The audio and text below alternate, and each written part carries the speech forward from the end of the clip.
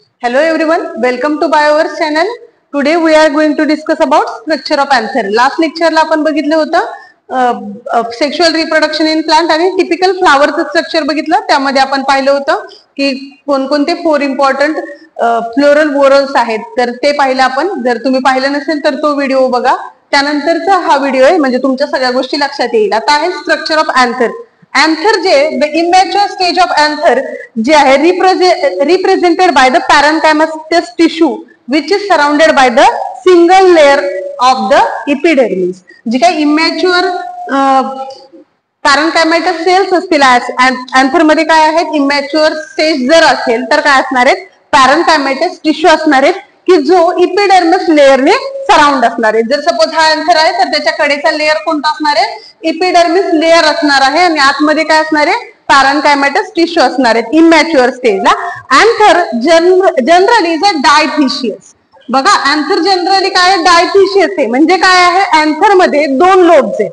Generally सगळ्याच प्लांटच्या anther मध्ये डायथिशियस आहेत म्हणजे 2 लोब्स आहेत. काही प्लांटचे अँथर जे आहेत तर त्यांच्यामध्ये जे काही प्लांट फ्लावर जे आहेत त्यांच्यामध्ये मोनोथिशियस अँथर आहे. But generally most of the जर बघायला गेलं आपण तर सगळ्यांमध्ये जास्तीत जास्त काय डायथिशियस अँथर असणार आहे. तर डायथिशियस अँथर जो आहे हॅव्हिंग 2 लोब्स. आता डायथिशियस म्हणजे काय, त्याच्यामध्ये 2 लोब्स आहेत. एक जर लोब असेल तर त्यामध्ये 2 पोलन सॅक्स असतील. म्हणजे जर मोनोथिशियस अँथर असणार आहे, मोनोथिशियस म्हणजे काय, एक लोब असणार अँथर आणि त्यामध्ये पोलन सॅक किती असतात, तर पोलन सॅक असतात 2. म्हणजे जर अँथर हा मोनोथिशियस असेल, एकच लोब असेल तर त्याच्यामध्ये पोलन सॅक असणार आहे, मोनोथिशियस मध्ये 2 असतील. आणि मग जर 2 असतील, 2 लोब्स असतील, एका लोब मध्ये 2 पोलन सॅक आहेत आणि 2 लोब्स असतील तर काय असणार आहे, हा डायथिशियस वाला. यामध्ये किती पोलन सॅक असतील, 4 पोलन सॅक्स जे आहेत तर त्या प्रेझेंट आहेत. किती पोलन सॅक्स आहेत, 4 पोलन सॅक्स आहेत. In dithecous anther 4 pollen sacs are present. Therefore it is called as a tetrasporangiate. Mark this sentence because खूप वेळा हे बोर्ड एक्झाम मध्ये विचारलं गेलेलं आहे. Why the dithecous anther is called as a tetrasporangiate. काय आहे, काय रिझन आहे त्याचं, मोनोथिशियस अँथर असेल तर त्यामध्ये एक लोब असतो आणि एका लोब मध्ये 2 पोलन सॅक असतात. मोस्ट ऑफ द प्लांट मध्ये अँथर हा डायथिशियस आहे म्हणजे त्याच्यामध्ये 2 लोब्स आहेत आणि एका लोब मध्ये 2 आणि दुसऱ्या लोब मध्ये 2 अशा मिळून त्याच्यामध्ये 4 पोलन सॅक्स असणार आहेत. त्यामुळे याला टेट्रास्पोरेंजिएट असं म्हटलं जातं. द हेट्रोजिनिसिटी डिफरन्सिएशन म्हणजे arise from the some hypodermal cells and get transferred into the archesporial cells. आता याच्यामध्ये आपण बघणार आहे टीएस ऑफ अँथरचं जेव्हा स्ट्रक्चर बघाल त्यावेळेस तुमच्या लक्षात येईल. तर आता इथं तुम्हाला लक्षात महत्वाचं सेंटेन्स काय लक्षात ठेवायचे, तर डायथिशियस अँथर जो आहे that is called as a tetrasporangiate. Why, because it is having 4 pollen sacs. आता आपण बघूया TS of anther. TS of anther बघूया. तर टीएस जर ट्रान्सवर्स सेक्शन जर आपण अँथरचा घेतला तर आपल्याला काय दिसणार आहे, तर हे आपण इथं पाहूयात. आता बघा पहिलं आर्किस्पोरियल सेल्स जे आहेत त्या divide into the inner sporogenous cells. ज्या काही सेल्स असणार आहेत अँथर मधल्या, तर यामधल्या आर्किस्पोरियल सेल्स ज्या आहेत त्या काय होणार आहेत, डिवाइड होणार आहेत इंटू इनर स्पोरेंजियल सेल्स. आणि आउटर जो लेअर असणार आहे तो कोणता असणार आहे, परायटल सेल्स असणार आहेत. आता स्पोरेंजियस cells forms the sporogenous tissue आणि स्पोरेंजियस ज्या काही सेल्स असणार आहेत त्यामध्ये तर त्या स्पोरॅजिनस टिश्यू फॉर्म करणार आहेत. स्पोरॅजिनस सेल्स ज्या आहेत त्या काय करणार आहेत, स्पोरॅजिनस सेल्स ज्या आहेत टिश्यू ज्या आहेत तर त्या capable of give rise to the microspore tetrad. आणि या ज्या स्पोरॅजिनस सेल्स आहेत तर त्या काय करतील, मायक्रोस्पोर टेट्राड ज्या आहेत तर त्या फॉर्म करणार आहेत. त्यामध्ये परायटल सेल्स असणार आहेत ज्याचं काय होणार आहे, डिव्हिजन होणार आहे अँथर वॉल मध्ये. आणि वॉल ऑफ मॅच्युअर अँथर जे त्यामध्ये 4 लेयर्स असणार आहे. जर एखादा इमॅच्युअर नाही पण मॅच्युअर अँथर जर बघितलं तर त्याचं जर वॉल जर बघितलं त्यामध्ये आपल्याला 4 लेयर्स दिसणार आहेत. पहिला लेअर जो असतो तो असतो इपिडर्मिस. इपिडर्मिस कुठला लेअर आहे, आउटर मोस्ट लेअर असणार आहे. त्यानंतर एंडोथिशियम असणार आहे. इपिडर्मिस जो आहे आउटर मोस्ट प्रोटेक्टिव्ह लेअर आहे जो टॅब्युलर सेल पासून, आपण डायग्राम दाखवते मी तुमच्या लक्षात येईल. ओके, तर ही डायग्राम आहे. तर आउटर लेअर जो आहे तो काय आहे बघा, इथं इपिडर्मिस लेअर आहे.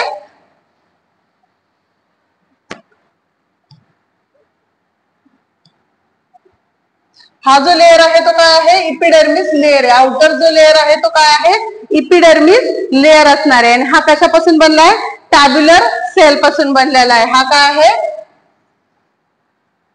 एंडोथेशियम आहे. ओके, इपिडर्मिस असणार आहे, त्याच्या आतमध्ये इपिडर्मिसच्या आतमध्ये काय असणार आहे, एंडोथिशियस असणार आहे. त्यानंतरचा लेअर असणार आहे, तिसरा लेअर मिडल लेअर असणार आहे. चौथा लेअर आतमध्ये असेल टॅपेटम, आणि टॅपेटमच्या आतमध्ये स्पोरॅजिनस टिश्यू असणार आहेत. ओके, आता हा अँथर कसला आहे, टीएसएफ अँथर हा डायथिशियस अँथर आहे. बघा 1 2 3 4 कोलन सॅकाला म्हणजे टेट्रास्पोरेंजिएट आहे. म्हणजे हा डायथिशियस अँथरचा टीएस आहे, ट्रान्सव्हर्स सेक्शन आहे. याचा जर हा मॅच्युअर आहे आणि याच्या जर मॅच्युअर आहे त्याचा वॉल जे असणार आहे आउटर वॉल, त्यामध्ये किती लेअर आहेत, 4 लेअर आहेत. कोणकोणते आहेत, पहिला तर आहे तो इपिडर्मिस आहे, एंडोथिशियम असणार आहे, मिडल लेअर आणि टॅपेटम. हा काय असणार आहे, इपिडर्मिस टॅब्युलर सेल पासून बनलेला. त्यानंतर असणार आहे एंडोथिशियम, त्याच्या आतमधला जो आहे एंडोथिशियम त्या फ्लॅट सेल्स बनलेला असणार आहे. त्यानंतरचा असणार आहे मिडल लेअर आणि आतमधला असणार आहे टॅपेटम असणार आहे. परत एकदा एक्सप्लेनेशन बघूयात आपण इकडे.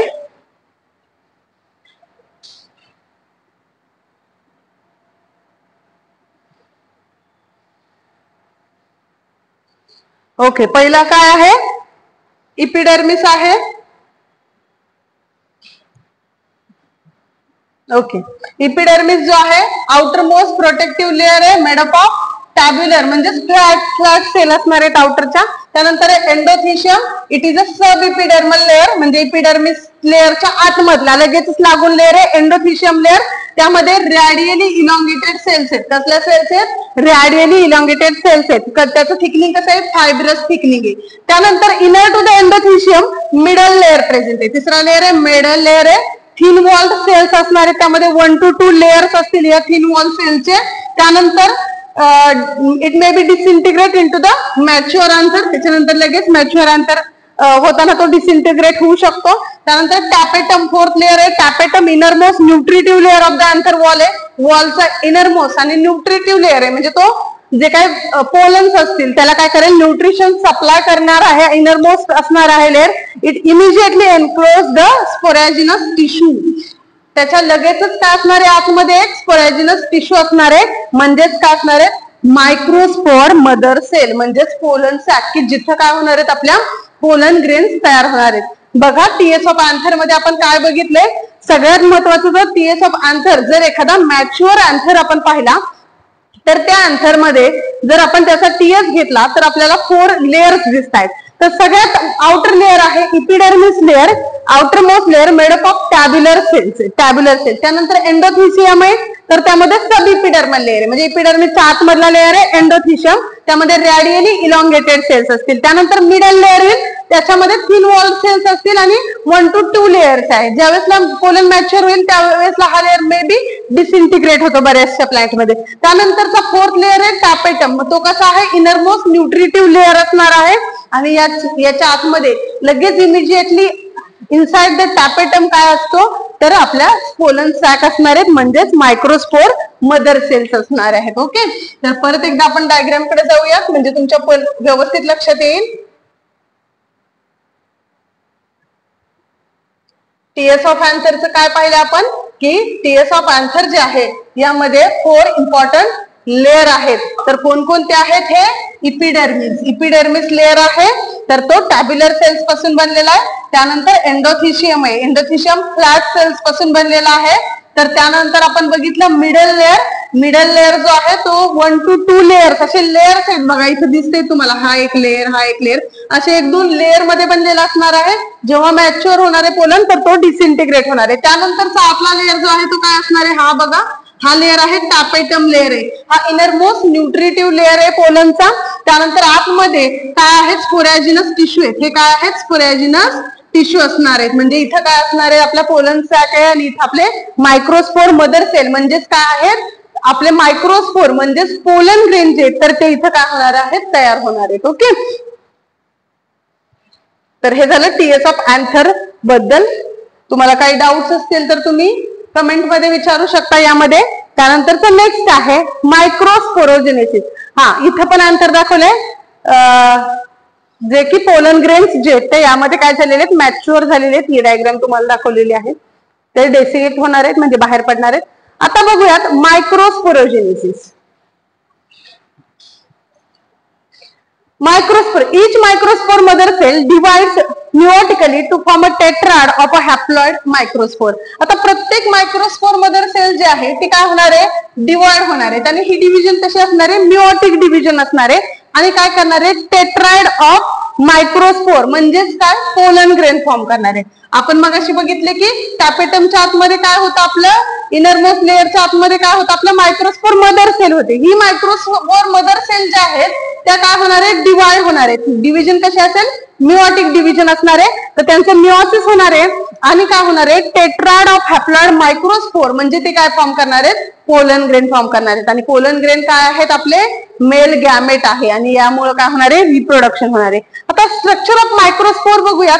तर आता टिपिकल पोलन ग्रेन जो आहे तो कसा असतो, नॉन मोटाईल असतो, हॅप्लॉइड असतो, युनिसेल्युलर बॉडी असते आणि सिंगल न्यूक्लियस असतो. टिपिकल पोलन ग्रेन कसा आहे, नॉन मोटाईल आहे. म्हणजे तो स्वतः मूव्ह होऊन जाऊ शकतो का गायनोशियम पर्यंत, नाही जाऊ शकत, कारण तो नॉन मोटाईल आहे. हॅप्लॉइड असणार आहे, युनिसेल्युलर बॉडी असणार आहे त्याची, विथ सिंगल न्यूक्लियस असणार आहे. It is surrounded by 2 layer wall that is called as a sporoderm. त्याच्या कडेने जे आहेत 2 लेअरची वॉल आहे त्याला काय म्हटलं जातं, स्पोरोडम. आता याचा आउटर लेअर जो आहे तो एक्झाईन असतो. आउटर लेअर जो आहे त्याला काय म्हटलं जातं, एक्झाईन म्हटलं जातो. तो थिक असतो आणि तो कशापासून बनलेला आहे, कॉम्प्लेक्स नॉन बायोडिग्रेडेबल सबस्टन्स. आणि त्या सबस्टन्सलाच म्हणायचे स्पोरोपोलिनिन. ओके. आता बाहेरचा, सगळ्यात बाहेरचा आउटर जर पोलनचं स्ट्रक्चर बघायचं झालं तर अशा पद्धतीने पोलन असतं आणि त्याच्या कडेचं स्ट्रक्चर जे आहे मी तुम्हाला डायग्राम तर दाखवेल, तोपर्यंत हे बघा अशा प्रकारे स्ट्रक्चर असतं. आणि हा जो आउटर लेअर आहे तो असतो exine. Exine is the outer most layer of the microspore or the pollen. तर आउटर लेअर आहे एक्झाईन. तो कसा आहे, ठीक आहे. आणि कशापासून बनलाय, कॉम्प्लेक्स नॉन बायोडिग्रेडेबल सबस्टन्स. त्याला काय म्हणायचे, sporopollenin. It is made up of complex non-biodegradable substance called as a sporopollenin. It may be smooth or with a stipulated pattern असणार आहे. ओके. म्हणजे काय असणार आहे, म्हणजे जसं काय म्हणतात, थॉर्म किंवा स्पाइन सारखा पॅटर्न असू शकतो याच्यावरती, किंवा काहींमध्ये स्मूथ असू शकतं. स्पिक्युलेटेड पॅटर्न म्हणजे असे छोटे छोटे असे थॉर्म सारखे स्ट्रक्चर आपल्याला मायक्रोस्कोप मध्ये बघितलं तरी आपल्याला इझिली आपण यामध्ये बघू शकतो. ओके. तर स्पोरोपोलिनिन आहे आउटर मोस्ट लेअर मध्ये. त्यानंतर काय आहे, स्टिप्युलेटेड पॅटर्न असू शकतो किंवा काय आहे, स्मूथ असू शकतो. आता बघा, it is resistant to the chemicals. आणि कुठल्याही केमिकलला ते काय रेजिस्टंट आहे. म्हणजे पोलनवरती कुठल्याही केमिकलचा काही इफेक्ट होत नाही. का, because the outer most layer जो आहे पोलनचा that is made up of exine आणि it is resistant to the non biodegradable substance. कारण त्याच्यामध्ये काय आहे, स्पोरोपोलिनिन आहे. At some places exine is very thin. Diagram बघितली ना, मी तुम्हाला ड्रॉ करून आता दाखवलं. मी असं इंटॅक्ट नाही काढला है ना, अशा प्रकारे काढलाय. मग काही ठिकाणी हा जो स्पोरोपोलिनिन किंवा एक्झाईन आहे, एक्झाईन बघा, तर हा जो काही एक्झाईन आहे ह्या काही प्लेसेसला काय आहे, इट इज व्हेरी थिन आहे. काही प्लेसेसला मी बघा असं एम्प्टी सोडलं. का बरं, कारण at that space the exine is very thin आहे. This area is called as a germ pore. बघा, काही ठिकाणी हा जो एक्झाईन आहे तो खूप थिन आहे, ठीक नाहीये, आणि त्याला आपण म्हटलंय germ pore. These are mean for growth of the emerging pollen tube during germination. असा एक्झाईन इथे का बरं थिन झाला असेल, कारण ज्या वेळेसला पोलन जर्मिनेट होणार आहे त्यावेळेसला पोलन ट्यूब तयार होईल, तर त्याला पॅसेज पाहिजे ना पोलन ट्यूब बाहेर यायला. हे तर खूप थिक मटेरियल आहे, एक्झाईन खूप ठीक आहे, त्यावर पोलन ट्यूब तिथून इमर्ज आउट होऊ शकते का, नाही. मग काही ठिकाणी एक्झाईन काय आहे, खूप थिन आहे आणि या ठिकाणहून काय होणार आहे, पोलन ट्यूब इमर्ज आउट होणार आहे. कशी होती ती नेक्स्ट पॉइंट मध्ये तुम्ही बघाल. बट ही जी काही इमर्जिंग पोलन ट्यूब बाहेर येण्यासाठी स्पेस असेल त्याला काय म्हटलं आहे, जर्म पोर असं म्हटलंय. यालाच म्हटलंय germ pore. These are meant for the growth of emerging pollen tube during pollen germination. The inner wall जो असणार आहे that is called as intine. आता हा झाला एक्झाईन बद्दल. आतमधला लेअर जो आहे ना याच्यात त्याला म्हणायचं इंटाइन. बघा, एक्झाईन आता फक्त आपण मायक्रोस्पोरचा बाहेरचा लेअर बघितला एक्झाईन. त्याबद्दल काय काय बघितलं आपण, की एक्झाईन जो आहे तर तो कसा आहे, एक्झाईन लेअर थिक आहे, made up of complex non biodegradable substance, आणि या सबस्टन्सला काय म्हटलंय, स्पोरोपोलिनिन, आणि तो काय आहे, resistant to the various chemicals आहे असं आपण बघितलं. त्यानंतर काय बघतो आपण, काही पॉइंटला एक्झाईन जो आहे तो काय आहे, खूप थिन लेअर आहे, आणि त्या पॉइंटलाच काय म्हटलंय, जम्पोर. आणि हे कशासाठी आहे, ज्यावेळेसला पोलन जर्मिनेट होणार आहे त्यावेळेसला जी ट्यूब तयार होणार आहे या ट्यूब मधून, ट्यूब जी आहे ती इमर्ज आउट व्हायला. आता इनरमोस्ट लेअर जो आहे तो काय आहे, इंटाईन आहे, आणि इंटाईन कशापासून बनलाय, सेल्युलोज आणि पेक्टिन पासून बनलाय. इंटाईन लेअर जो आहे तर 2 पार्टने बनला आहे, तर त्याला काय म्हणायचं, सेल्युलोज आणि पेक्टिन. बघा आता पोलन ग्रेनची डायग्राम दाखवते तुम्हाला. ओके, हा काय आहे, एक्झाईन, हा बाहेरचा लेअर काय आहे, एक्झाईन लेअर आहे. एक मिनिट,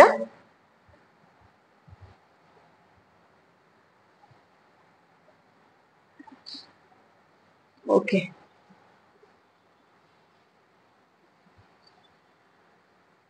ठीक आहे.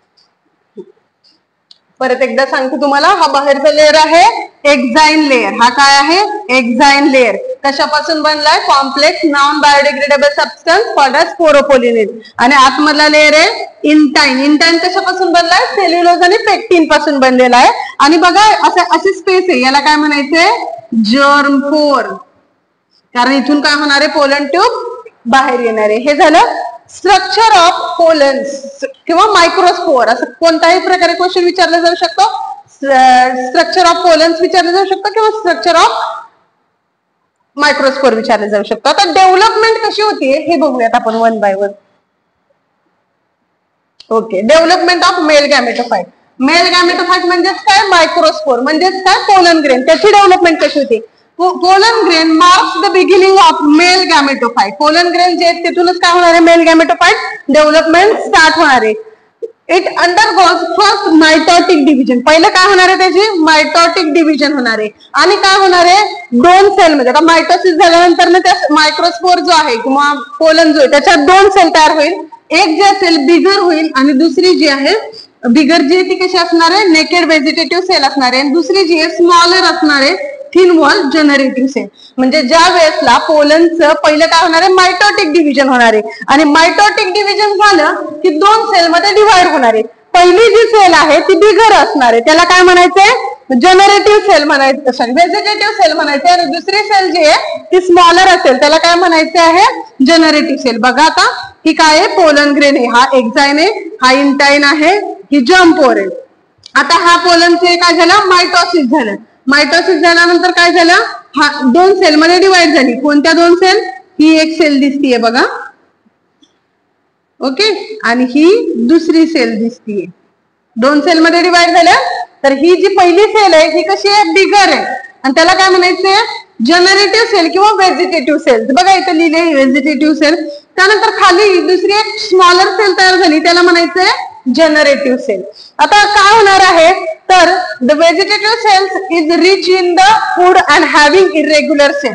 ही जी व्हेजिटेटिव्ह सेल जी आहे ही काय असणार आहे, रिच इन फूड मटेरियल. यामध्ये खूप सारं फूड मटेरियल असणार आहे, आणि त्याचा शेप जो आहे न्यूक्लियसचा हा कसा असणार आहे, इरेग्युलर. हा न्यूक्लियस जो आहे हा काय त्याचा न्यूक्लियस आहे, हा इरेग्युलर शेपचा न्यूक्लियस असणार आहे. आणि जनरेटिव्ह सेल जे आहे floats in the cytoplasm of the vegetative sale.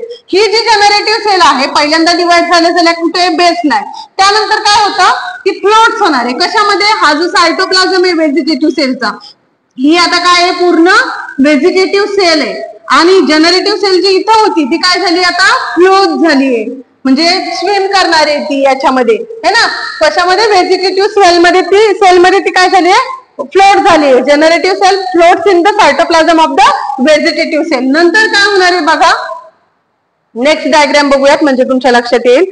आता ही जी जनरेटिव्ह सेल जी फ्लोट झाली होती, ही जनरेटिव्ह सेल जी आहे ही काय होणार आहे, डिवाइड होणार आहे. याचं काय होणार आहे, परत एकदा मायटोसिस होणार आहे. आणि काय होणार आहे, तर हे डिवाइड झाली, ही डिवाइड होणार आहे 2 सेल मध्ये. आणि हे जनरेटिव्ह सेल डिवाइड होऊन ज्या 2 सेल तयार होतील तेच आपले काय असणार आहेत, मेल गॅमेट्स असणार आहेत. 2 मेल गॅमेट्स असणार आहे. हा nucleus of the vegetative cell झाला, हा एक मेल गॅमेट झाला जेनरेटिव्ह सेलचा एक पार्ट, आणि हा जेनरेटिव्ह सेलचा दुसरा पार्ट जी मायटोसिस होऊन डिवाइड झाली ती, अशा 2 सेलमध्ये काय झाले ते डिवाइड झाले. आता यानंतर काय होणार आहे तर पोलन जे काही जर्म पोर होता, जर्म पोर, या जर्म पोर पासून काय होणार आहे पोलन ट्यूब इमर्ज आउट होणार आहे.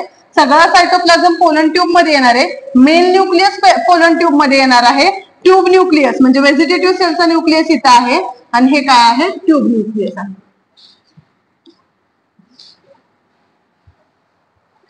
ओके, तर काय होणार आहे सेकंड मायटोटिक डिव्हिजन जे आहे ती येणार आहे, आणि सेकंड मायटोटिक डिव्हिजनने काय होणार आहे जनरेटिव्ह सेल जे आहे gives rise to the 2 non motile male gametes, आणि मायटोटिक डिव्हिजन होणार आहे either pollen grain in the pollen tube जे तर ते जातील, आणि त्यानंतर पोलन ट्यूब जे ती फॉर्म होईल, आणि मोस्ट ऑफ द एंजिओस्पर्म मध्ये अशा प्रकारे पोलन डेव्हलपमेंट जी आहे तर ती होत असते. परत एकदा मी कशा प्रकारे मेल, खूप इम्पॉर्टंट क्वेश्चन आहे याचा मार्क करून घ्या, बोर्डला यावरती क्वेश्चन विचारला जाऊ शकतो. डायग्राम तुम्हाला ड्रॉ करावी लागेल आणि एक्सप्लेन करावे लागेल याबद्दल. तर मी परत एकदा तुम्हाला सांगते कशा पद्धतीने असणार आहे पोलन. हे आहे मायक्रोस्पोर, मायक्रोस्पोर मधला आउटर पोर्शन आहे एक्झाइन लेअर, आतमधला आहे इंटाइन लेअर, आणि मध्ये मध्ये जे स्पेस आहेत त्याला म्हणायचे जर्म पोर. आता एक्झाइन जो आहे तो कसा आहे ठीक आहे नॉन बायोडिग्रेडेबल सबस्टन्स पोलिनिन पासून बनलाय. इंटाइन जो आहे तो सेल्युलोज आणि पेक्टिन पासून बनलाय. आता यामध्ये काय आहे एक न्यूक्लियस आहे. पहिलं तर काय होणार आहे या मायक्रोस्पोरचं मायटोटिक डिव्हिजन होणार आहे. मायटोटिक डिव्हिजन झाल्यानंतर काय होणार आहे 2 सेल मध्ये ते डिवाइड होणार आहे. पहिली सेल असेल व्हेजिटेटिव्ह सेल, दुसरी सेल असणार आहे जनरेटिव्ह सेल. आता व्हेजिटेटिव्ह सेल जी आहे ती कशी असणार आहे बिगर असणार आहे, रिच इन न्यूट्रिएंट असणार आहे. दुसरी जनरेटिव्ह सेल जी आहे ती छोटी असणार आहे, बेसला असणार आहे. त्यानंतर जनरेटिव्ह सेल काय होणार आहे व्हेजिटेटिव्ह सेलच्या प्लाझ्मामध्ये फ्लोट होणार आहे. त्यानंतर जनरेटिव्ह सेल जी आहे ती काय होणार आहे डिवाइड होणार आहे. मायटोटिक डिव्हिजन होणार आहे, जनरेटिव्ह सेल गेट्स डिवाइड, आणि त्यानंतर काय होणार आहे पोलन ट्यूब जी आहे ती इमर्ज आउट होणार आहे, आणि काय होणार आहे मेल गॅमेट्स आणि ट्यूब न्यूक्लियस आपल्याला दिसणार आहेत. आणि हे जे 2 मेल गॅमेट्स आहेत हे अँजिओस्पर्मिक प्लांट मध्ये रिप्रोडक्शन साठीचा मेल गॅमेट्स म्हणून काय करणार आहे काम करणार आहेत. ओके, तर in this way we have completed about the male gametophyte development, which is very important point, board point of view. Thank you.